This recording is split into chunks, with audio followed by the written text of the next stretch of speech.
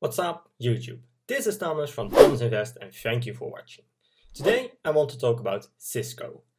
On the 18th of August, Cisco is going to announce the quarterly results. So this is the perfect time to do a fundamental analysis.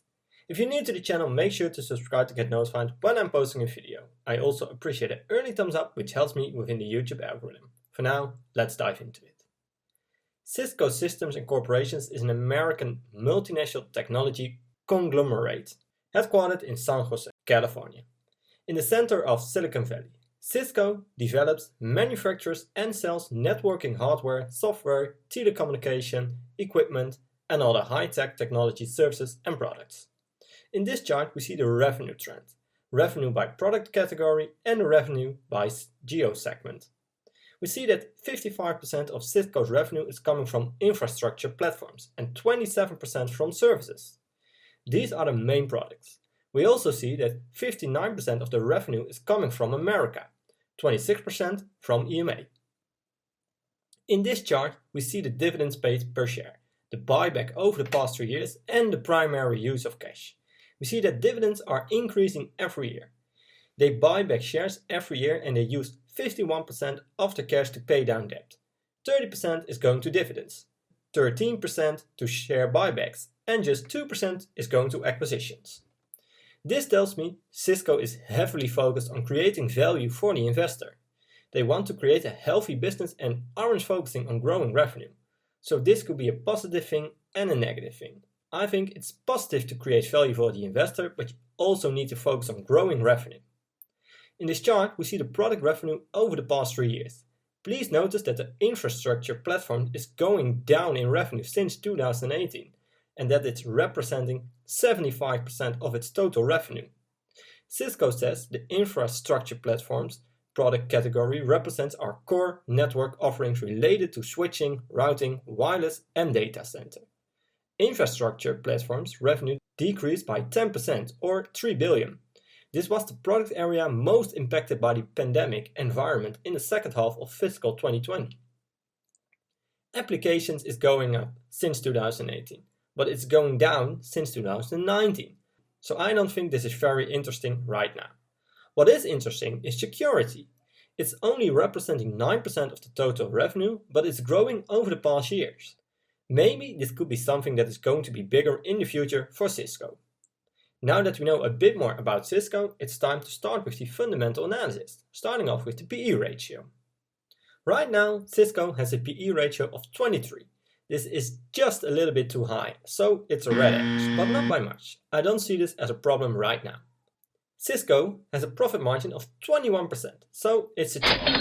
In a moment, we will discover that the profit is growing in bigger rates than the revenue, so profit margin was growing in the past years. Since 2016, the revenue of Cisco is up 0.1%. So technically it's a checkmark, but not by much. They claim their core business was affected by the Roni virus, but to be honest, if the Roni virus didn't exist and the business was normal as always last year, I don't think that the revenue will be up significantly. So keep in mind that Cisco is a slow growing company in terms of revenue. Since 2016, the profit is up 9%, so it's a checkmark. We see that profit is going up in higher rates than the revenue, so the profit margin automatically goes up. Return on assets wasn't always above 10, so it's a red X. But to be fair, there was only 1 year where it was down significantly, which was 2018. So this doesn't worry me a lot. Return on investment was always above 10, so this makes me feel comfortable. Cisco is buying back shares, as we saw before, and they do it in big portions, so it's a big checkmark again. They spend around 13% of their free cash flow at buying back shares. I really love this because it means you will own more of the company in ratio. And another thing is that there are less shares outstanding that they need to pay dividends to. So this supports also the dividend growth and health. With the current ratio, you want to check if the company is capable of paying the current liabilities with the current assets. You want this number sitting at 2, where 1.5 is the absolute minimum for me. Cisco has a current ratio of 1.5, so this is the exact minimum and also a check.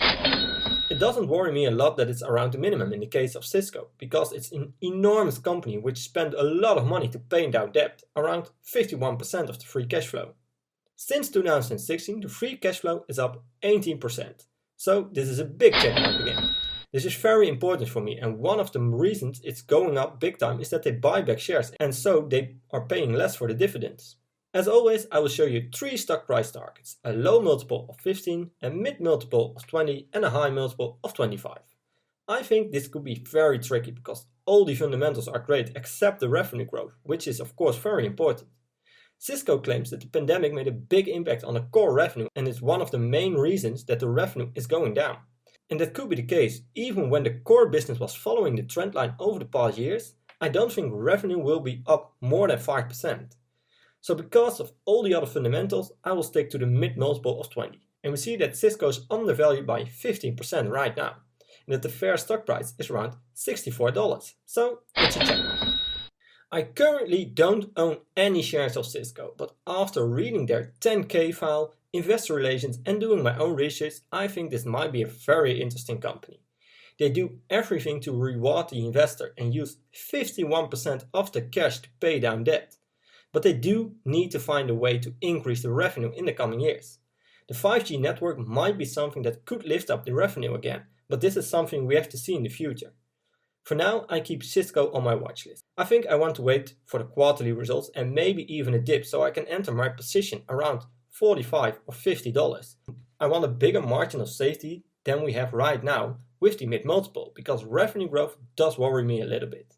But remember to always do your own research and never fully trust on what I or other YouTubers say about stock. I'm not a financial advisor and this content is just for entertaining purposes only. I hope you liked this video and I did bring some insights of the company to you. I would really appreciate a thumbs up and make sure to subscribe to get notified when I'm posting a new video. Thanks for watching and I will see you in my next video.